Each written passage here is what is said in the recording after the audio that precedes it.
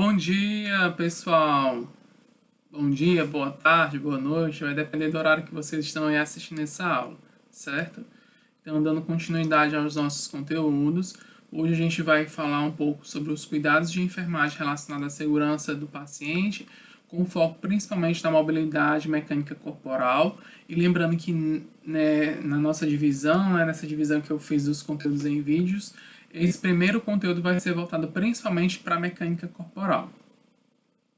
Então, a gente vai tratar nessa aula a questão desse uso da mecânica corporal apropriada, dando destaque para a importância da segurança do paciente e o bem-estar também do enfermeiro. O uso incorreto do corpo, pode prejudicar a capacidade do enfermeiro para erguer, transferir e posicionar os pacientes e causar danos sérios. Lembrando que esses danos a gente vai comentar na medida dos conteúdos, das condições clínicas e também das situações que a gente vai elencar aqui durante a nossa aula. E também o enfermeiro necessita desses conhecimentos para intervir de forma mais correta, mais segura e trazendo menos prejuízo para o paciente. Lembrando que o ato de movimentar o paciente necessita dessa avaliação prévia, que a gente também já vem discutindo desde a aula passada, quando a gente falou um pouco mais sobre higiene corporal, certo? E essas ações, elas envolvem a segurança do paciente em diversos aspectos, desde o aspecto voltado para o risco de quedas, mas também a questão da mobilidade segura com uma avaliação apropriada para as condições principalmente de maior risco ou agravamento do quadro clínico do paciente. A gente vai comentar muito sobre isso quando a gente estiver falando sobre mudança de decúbito, que é um dos pontos chaves, e também da questão dos tipos de elevação da cabeceira. São dois pontos que a gente sempre dá como exemplo, ok? Bem, e o que é essa mecânica corporal, inicialmente? É o esforço coordenado dos sistemas musculoesquelético e nervoso para manter o equilíbrio, a postura e o alinhamento corporal durante os atos de levantar, curvar, mover e realizar atividades de vida diária. Então, a gente observa que há essa necessidade do profissional realmente entender toda essa mecânica, como o nome mesmo diz, essa mecânica corporal, os aspectos de envolvimento das articulações, músculos, tendões e a própria estrutura óssea do paciente que vai se modificando no longo da vida, necessita também ter esse conhecimento. E lembrando que tudo isso vai envolver a questão das atividades de vida diária.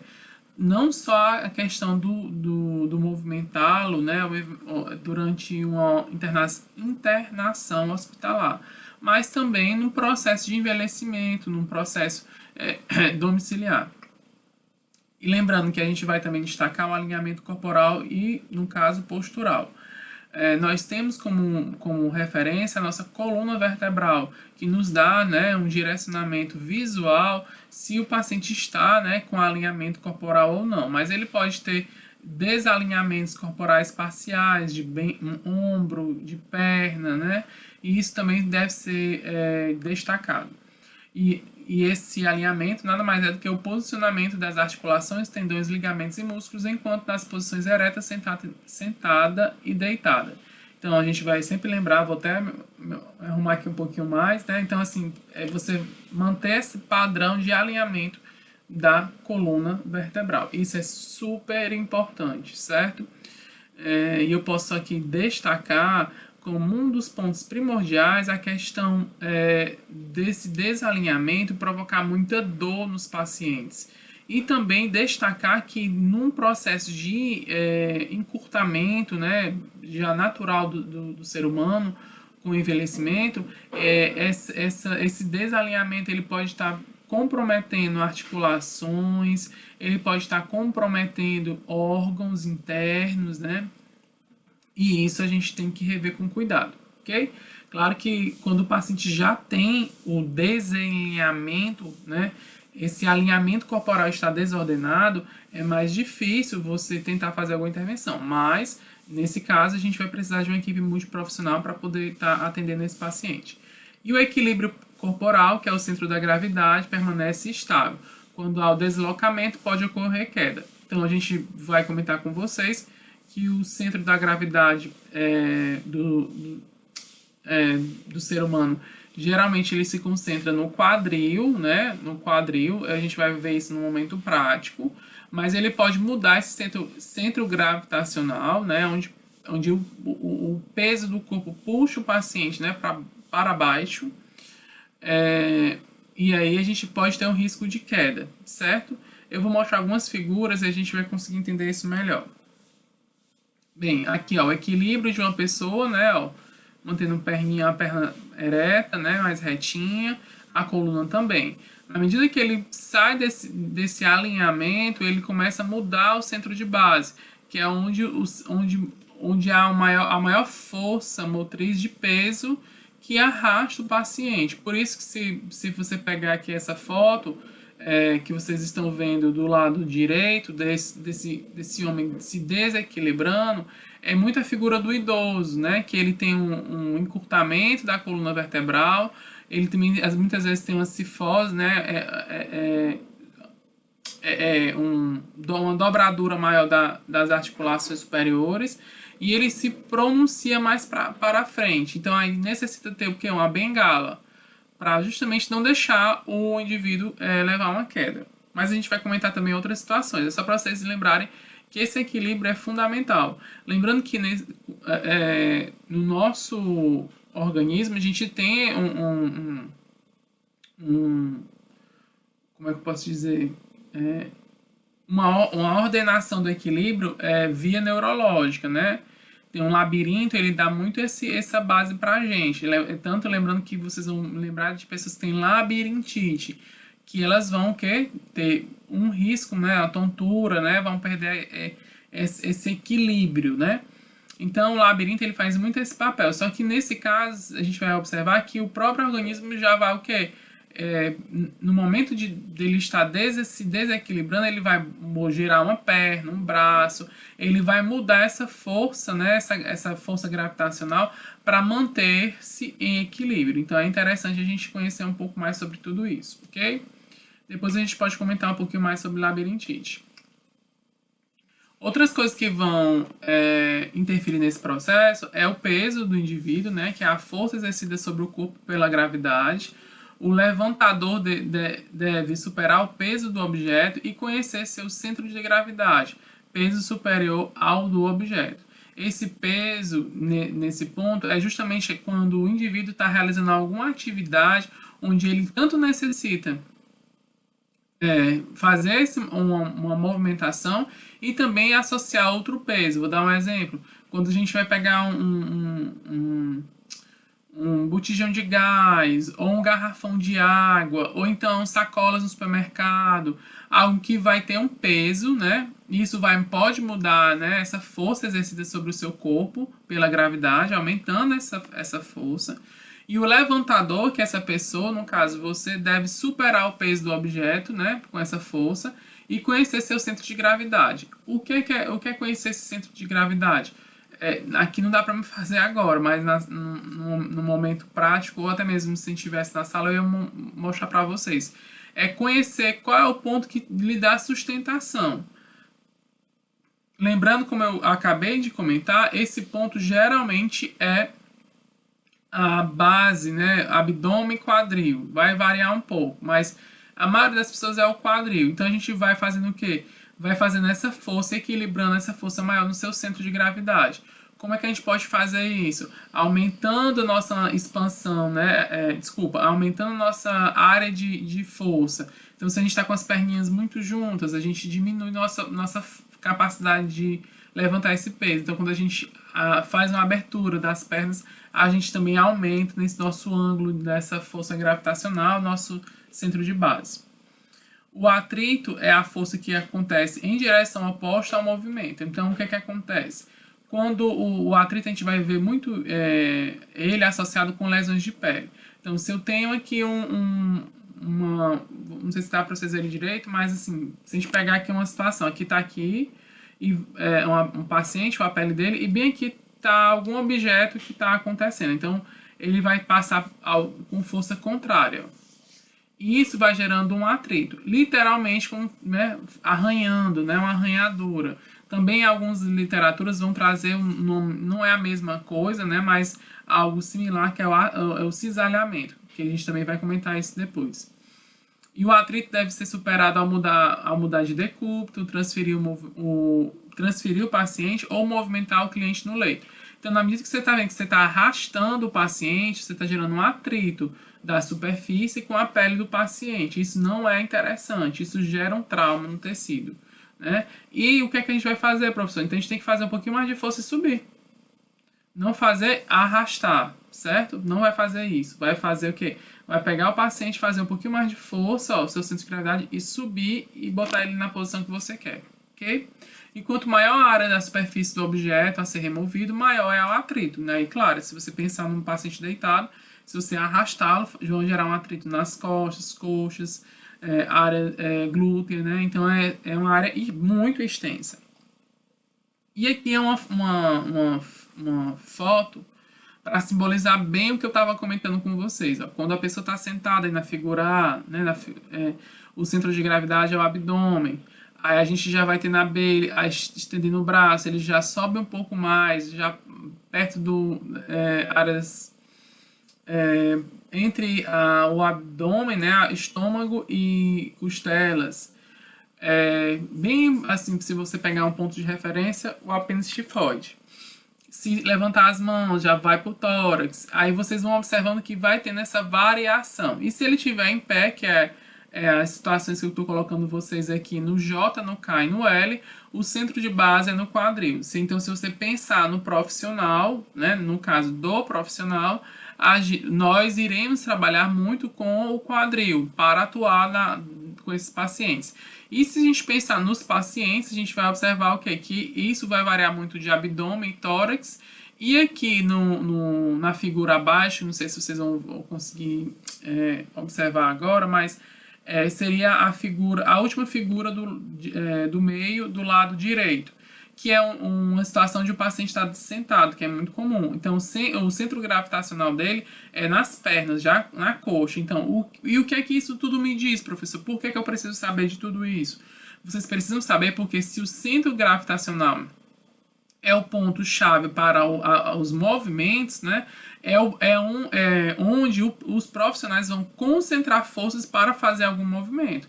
Então, se eu sei que o paciente que está deitado, sentado aqui na figura A, ele tem um centro gravitacional no abdômen, eu vou pedir para ele fazer mais força no abdômen e eu vou concentrar a minha energia para movimentá-lo na região abdominal, certo?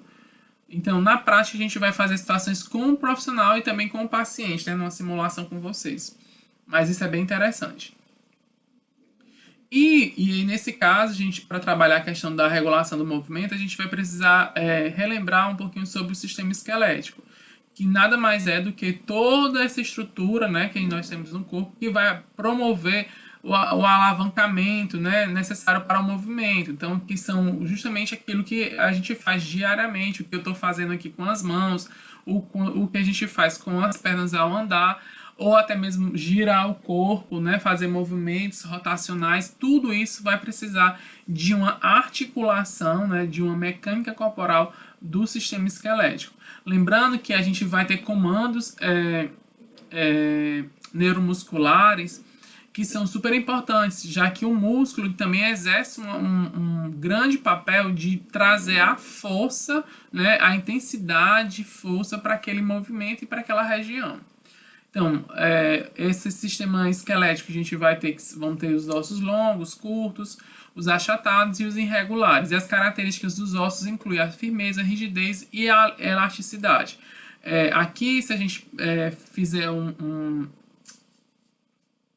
vamos dizer assim, um apanhado do nosso ciclo vital, as crianças elas vão ter essas características, principalmente dos ossos, né? Elásticos, né? Ainda com muita cartilagem, que é bem comum, por isso que vocês vão ver várias notícias de crianças que levaram a queda, quebraram isso, quebraram aquilo, passou por cima de alguma coisa e o ossinho ficou quase que intacto. Ele ainda tem essa capacidade de elasticidade, né? mas isso com o passar dos anos vai gerando uma rigidez e firmeza, que é o que a gente espera, principalmente para melhorar o padrão dos movimentos, certo?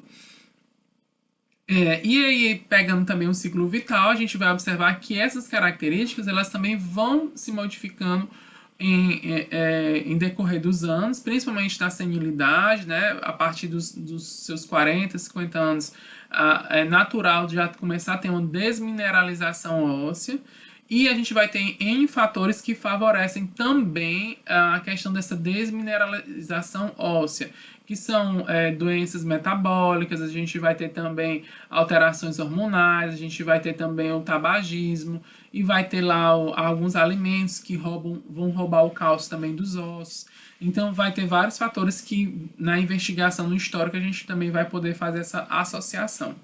E as funções, né, que essa estrutura promove é de proteção de órgãos vitais, como a nossa, né, nosso arcabouço esquelético aqui do tórax, né, trazendo esse rebordo costal, né, que traz toda essa proteção para a área pulmonar, coração, no caso é o pericárdio como um todo, e também a estrutura, né, das traqueias e assim por diante. Então, isso tem grande relevância, ok? E também a gente vai observar que eles vão trabalhar na regulação do cálcio e produção de células sanguíneas, já que vocês estão lembrando que é na medula óssea que a gente tem essa produção sanguínea, né, constante. As articulações são as conexões entre os ossos, são classificadas em cartilaginosas, fibrosas, sinovial.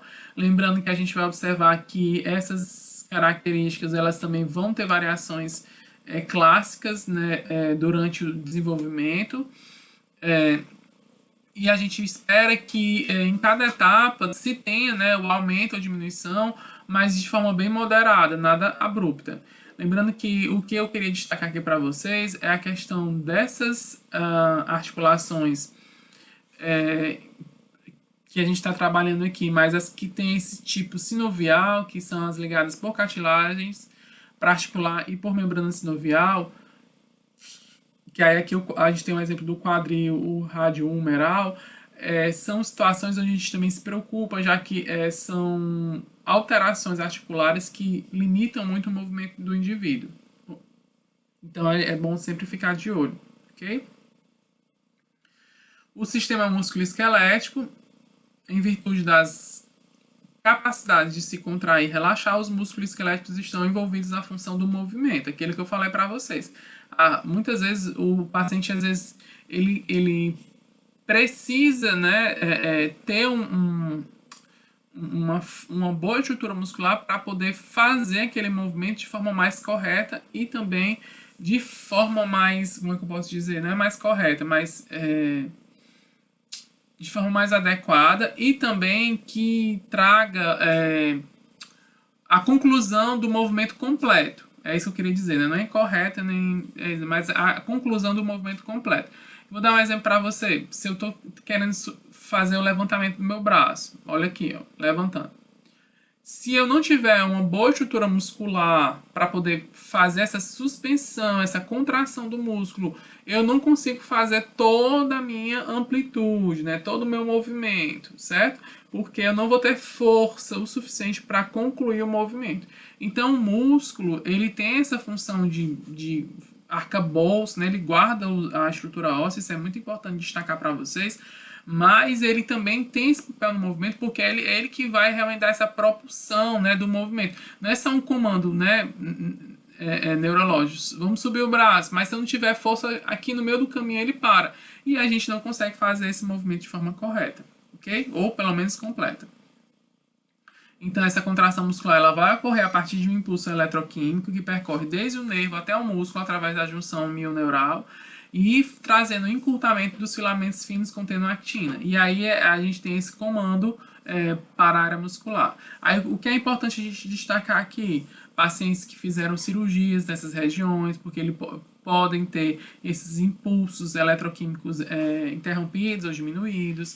Pacientes que tiveram lesão medular, pacientes que tiveram algum trauma no tecido de uma forma geral, pacientes que fizeram cirurgias mais profundas, que precisaram depois fazer reconstrução, né, daquela área, também ter essa perda dessa estrutura de impulso, né, que a gente tanto espera, ok?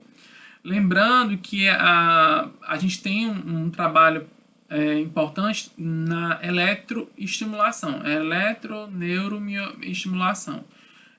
Esses eletrodos que vocês vão ver muito em condutas da fisioterapia, de estimular o músculo com esses impulsos eletrônicos, né, de forma pontual e fazendo com que o músculo faça a contração, certo? Contração e relaxamento, contração e relaxamento.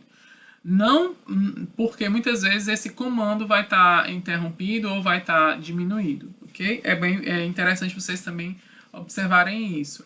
Aí tem várias, assim, eu não vou. Aqui a gente está falando de movimento, né? Mas assim, essa parte dessa contração muscular e o estímulo elétrico, ele serve para várias áreas da saúde, certo? Não é só essa parte do movimento, mas para voz, ele serve para incontinência urinária, incontinência anal, ele serve para tratamentos de feridas, é bem amplo, certo? E aí você ainda pode relembrar aqui na regulação do movimento, os tipos de contração, né? Contração isotônica, isométrica e a avaliação do tônus muscular. Lembrando que essa contração isotônica nada mais é do que aquele movimento ativo, né? A contração muscular, que é a caminhada, a corrida, o que ele faz no dia a dia. Que sem perceber ele está contraindo o músculo para poder realizar o movimento. A contração isométrica, né, que é a estática, ela tem uma maior tensão, né, naquela área trabalhada, mas não há nenhum encurtamento das fibras musculares, que no caso aí seria a manutenção da força do músculo imobilizado. O que é isso, Thiago? Às vezes é o que eu estou aqui, eu posso estar sentado, está contraindo glúteo, vasto lateral, sem nem perceber, certo? E aqui eu não tenho um encurtamento dessas fibras musculares. Lembrando que aqui nesse caso a gente também vai ter situações de contração isométrica em atividades físicas estáticas, né? E aí no caso aqui no movimento, né, parado, levantamento de pesos também pode ocorrer, ok? Mas aí a gente já muda um pouco porque aí a gente já pode apresentar algumas alterações das fibras musculares, é mais presente. E o tônus, né? O estado normal da tensão muscular equilibrada sem movimento ativo das fibras vizinhas. Então, esse tônus é mantido pelo uso contínuo dos músculos. Aí vocês vão observar, professor, qual é esse músculo? É o músculo que sustenta aqui a parede abdominal, é o músculo da face. São músculos que a gente muitas vezes nem percebe que está utilizando, mas ele mantém esse tônus, né? Essa capacidade. Vamos lembrar de tônus muscular, vocês vão lembrar do rosto, né? Nosso rosto tem muitos músculos pequenos que estão trabalhando, né? E estão ali mantendo nossa pelezinha, nossa estrutura da pele elevada, ok? Com o passar dos anos, a gente vai perder esse tônus muscular. E aí vocês vão ver depois as pessoas mais velhas, né? Com aquela pele, né? Já mais caidinha, ok? E isso não vale só para a pele. Tô falando da pele porque é algo visível, mas de uma forma geral.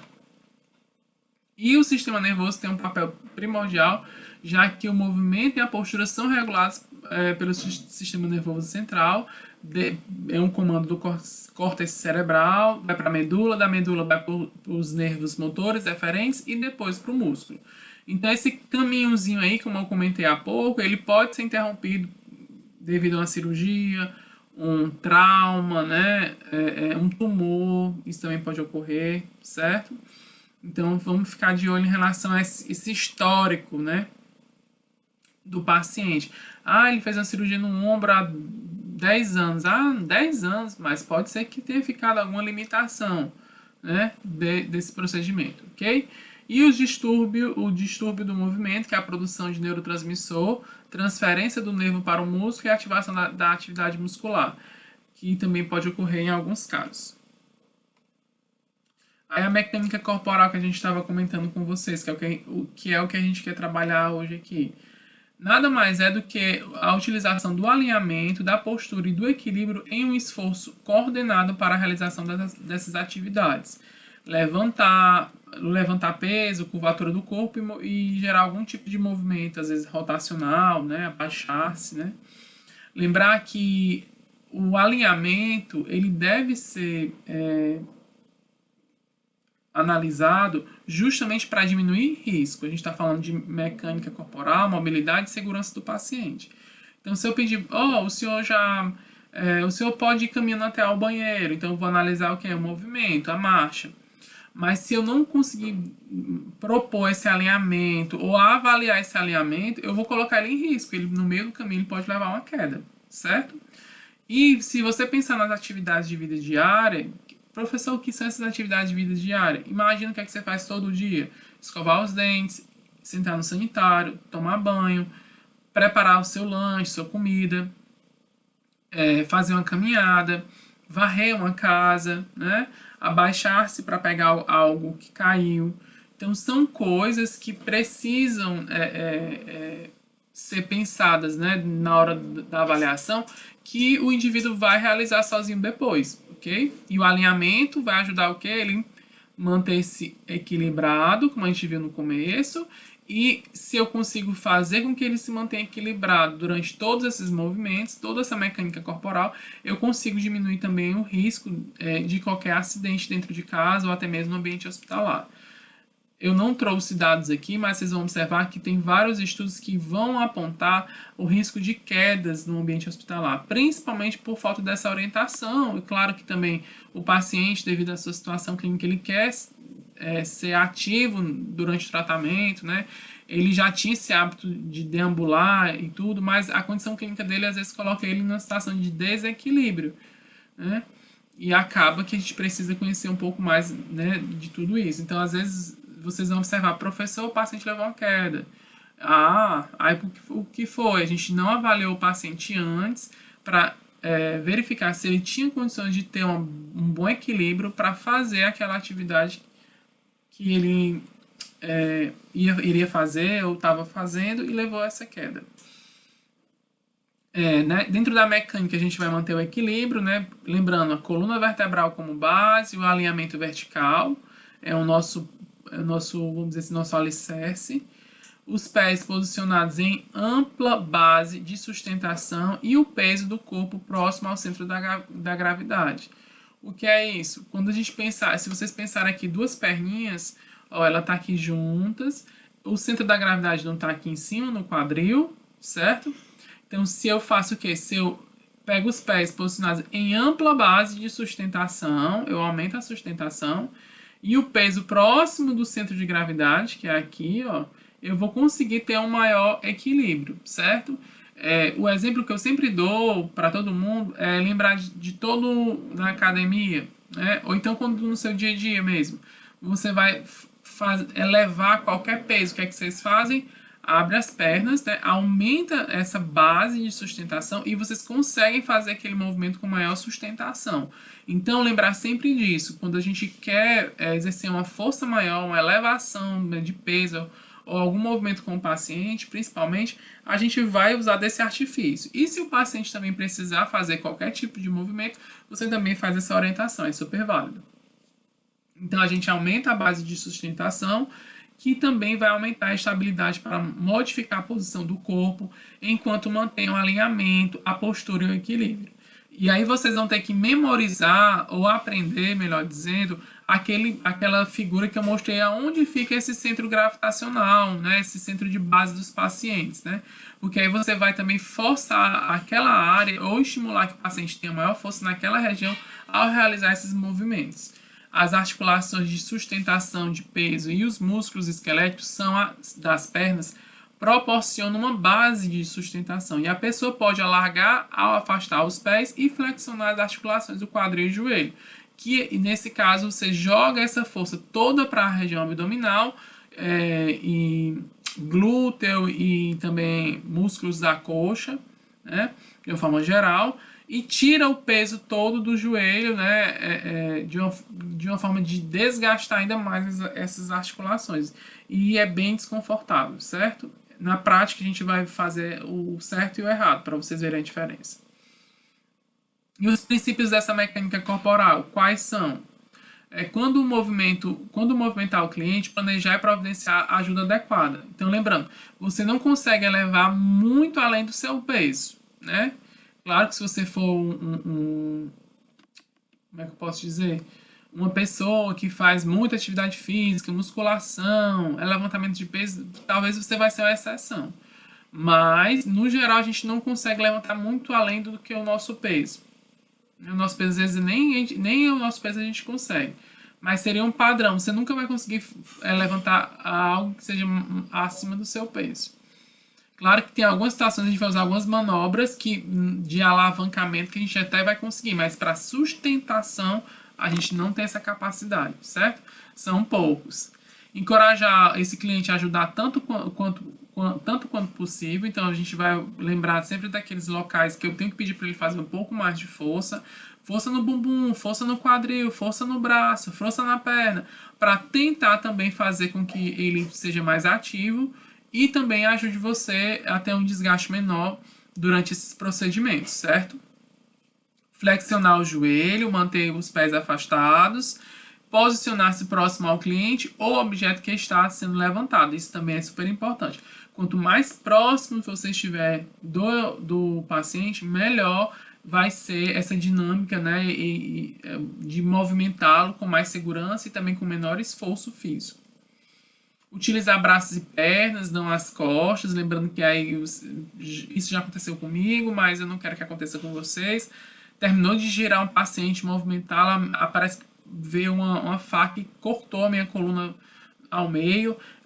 Isso é super desagradável, causa muita dor, desconforto e não é interessante. Isso pode ser um gatilho para problemas posteriores, né? Se você forçar muito a sua coluna vertebral, no futuro, hernias de disco, né? Isso não é interessante. Deslizar o cliente na sua direção utilizando um traçado, né?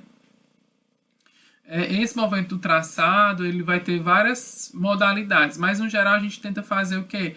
Movimentos unidirecionais pequenos, que ajudam também a movimentar o paciente. Não seria um deslizamento, mas seria algo que, propriamente dito, mas deslizar o cliente de forma a ajudá-lo também a ir se saindo daquela posição, certo? Às vezes a gente pede, vire mais para cá, então pede para ele ir deslizando, né? Então só movimentando uma parte do corpo. Contrai o músculo abdominal, os músculos abdominais e glúteo na preparação para o movimento, certo? E a pessoa com a carga mais pesada coordena os movimentos da equipe envolvida contando até 3. Isso também é super importante. Porque se é um paciente que tem um excesso de peso e tem uma equipe coordenada de 3, 4 pessoas para realizar esse movimento, a pessoa que está com o peso maior, ela precisa ser a que vai acionar, né, 1, 2, 3 já, para que os demais acompanhem, né? Porque se o que tiver mais leve fizer um movimento e você não conseguir acompanhar, na verdade, o que vai acontecer? O peso do menor vai sobrecarregar mais ainda o que está levando já a carga maior. E dentro desse momento, né, de fazer essa movimentação, a gente precisa superar o peso e o atrito. Lembrando que eu falei do atrito para vocês, né, esse movimento não, arrastando a pessoa. Seria o ideal fazer o quê? Elevar, suspender e reposicionar o paciente, ok? Mas a gente pode fazer algo para poder diminuir também esses atritos. Como? Quando precisar mobilizar o paciente na cama, os braços do paciente devem ser cruzados sobre o tórax. Isso também é importante, porque vocês diminuem esse atrito, né, na parte posterior dos braços e também ajuda a concentrar a nossa força aqui no tórax do paciente. Usar a força do paciente para levantá-lo, transferi-lo ou movê-lo. Como é isso? Eu vou pedir para ele fazer o movimento e eu somente ajudá-lo. Então, a gente vai propor vários movimentos aqui, mas vou dar um exemplo aqui. O paciente está deitado e eu preciso deixá-lo sentado e depois sentá-lo numa cadeira de roda ou numa cadeira normal. Então, a gente pode, vamos lá, seu João, a gente vai fazer o quê? Segurar a parte posterior, costas, e fazer 1, 2, 3, vamos, seu João. Então, ele também vai fazendo esse movimento junto com você. Vamos girar, seu João. Ele gira sozinho. Não precisa você fazer esse movimento. Claro que isso numa situação de um paciente que é parcialmente cooperativo, né? ou ele já é totalmente cooperativo, você só vai realizar os comandos. E nesse caso, a gente não vai ter essa ajuda quando o paciente estiver lá na UTI ou na emergência, sedado ou analgesiado. Então a gente lembra sempre disso numa situação de pedir ajuda num paciente que é colaborativo, ainda tem força muscular, né, que a gente precisa acompanhar. Pode ser. Desculpa. Pode-se reduzir o atrito levando o paciente ao invés de empurrá-lo, né? Levantando, desculpa, o paciente ao invés de levantá-lo, empurrá-lo, desculpa aquilo que eu falei para vocês, né? 1, 2, 3, sobe, 1, 2, 3, sobe. Então a gente vai suspendendo, levantando o paciente e aí a gente não gera atrito. Colocar o paciente no lençol e então puxar esse lençol para mover, reduz também o atrito. O Tiago, mas assim, você tá colocando que vai colocar um lençol e vai arrastar, não tem o mesmo atrito? Não é que não tem atrito, mas eu diminuo o atrito, porque vai ser o lençol com lençol, o paciente vai estar acima desse lençol. E esse lençol que a gente vai utilizar geralmente é um lençol mais grosso, então a gente consegue manter uma superfície um pouco, como é que eu posso dizer, menos rugosa para poder fazer esse movimento em deslizamento, ok? E a gente pode destacar as influências patológicas sobre o alinhamento e a mobilidade corporal. Uma delas é as anormalidades posturais, pacientes com torcicolo, lordose, cifose, escoliose, genovalgo e genovaro, que aí são alterações na parte superior e na parte inferior da estrutura musculoesquelética do paciente. Tem a questão de alterações do formato da coluna vertebral e também estruturas articulares de ombro e também de pernas e joelho, né, de forma geral. Eu vou te mostrar já uma foto. Comprometimento do desenvolvimento muscular, as distrofias. Lembrando que o músculo ele é uma fonte de energia, né? É uma reserva energética no organismo. Então, se a gente não ativa esse músculo, né, não deixa ele ativo, ele também vai começando a atrofiar e se o paciente tem alguma alteração também, uma doença, algo que tem um consumo metabólico maior e ele não está ingerindo a quantidade certa, esse músculo também tem uma tendência a ter uma distrofia, né, uma diminuição. E aí quem é que vai ser esse público, pessoal? As crianças que ficam acamadas, adultos que passaram por lesões medulares, onde aquela musculatura não está sendo mais estimulada como deveria. Então ele vai ter essas distrofias, ok? Lesão ao sistema nervoso central, no córtex medular espinhal. Aí eu comentei com vocês as lesões raquimedulares, né? Que isso é algo que vocês já viram no dia a dia de vocês, né? Nas informações também em notícias de pessoas que tiveram lesão raquimedular e perderam o movimento. Isso também vai influenciar, né, nesse alinhamento, ok? E o trauma direto do sistema musculoesquelético, os hematomas, as fraturas e as distensões.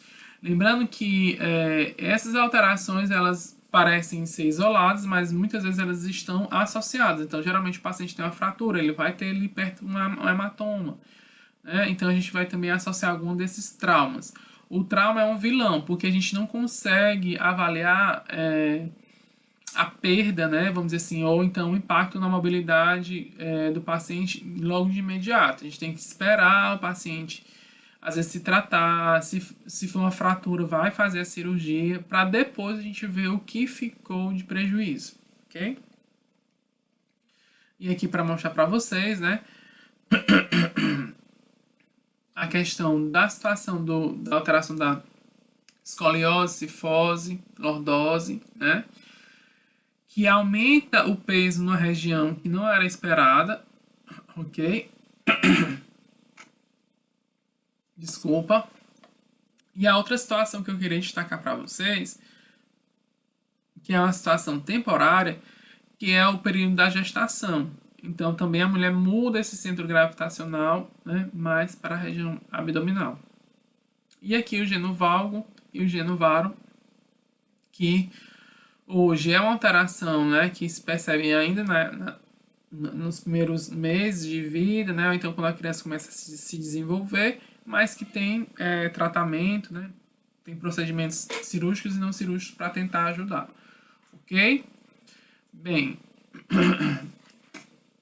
E depois que a gente observar, a gente vai ter essa mecânica corporal com bastante zelo por causa do repouso no leito, que é uma intervenção terapêutica também. Então, a prescrição na qual o cliente está restrito ao leito por motivos terapêuticos. Então, se ele tem alguma imobilidade ou dificuldade de mecânica corporal, ou de alinhamento, ou de se manter em pé, sentado, ele vai ser indicado a realizar o repouso no leito. Sua duração depende da doença ou da lesão de estado prévio de saúde desse cliente. Então, a gente sempre recomenda que esse repouso no leito ele seja o mínimo possível. Então, a gente sempre estimula a deambulação. E a pessoa que normal perde força muscular em níveis basais, há uma taxa de 3% ao dia dessa região. E essa atrofia do desuso ocorre de forma por inatividade prolongada, que é o que eu falei para você, se ele passar muito tempo deitado, certo? Então a gente já vai ver isso bem nitidamente. E para finalizar, podemos destacar como é importante a mecânica corporal no cuidado de pacientes com limitações. E é o que a gente vai já trabalhar na outra aula, questão da mobilidade e imobilidade. Então, vocês precisam conhecer bem essa parte dessa importância da mecânica corporal, de tudo que precisa ser movimentado e como é movimentado, quais os pontos a gente pode se destacar nisso tudo. Então, assim, fica essa pergunta no final, para o que a gente pode destacar assim, de mais importante, né, para o cuidado de pacientes com essas limitações. Então, acima de tudo, conhecer a limitação do paciente para depois a gente conseguir movimentá-lo com mais segurança. Ok, pessoal? Então, já vocês vão ver aí depois a outra aula, que é sobre mobilidade, que é a segunda parte dessa aula, ok? E aí a gente vai continuando com o nosso conteúdo, viu? Ok, pessoal? Grande abraço!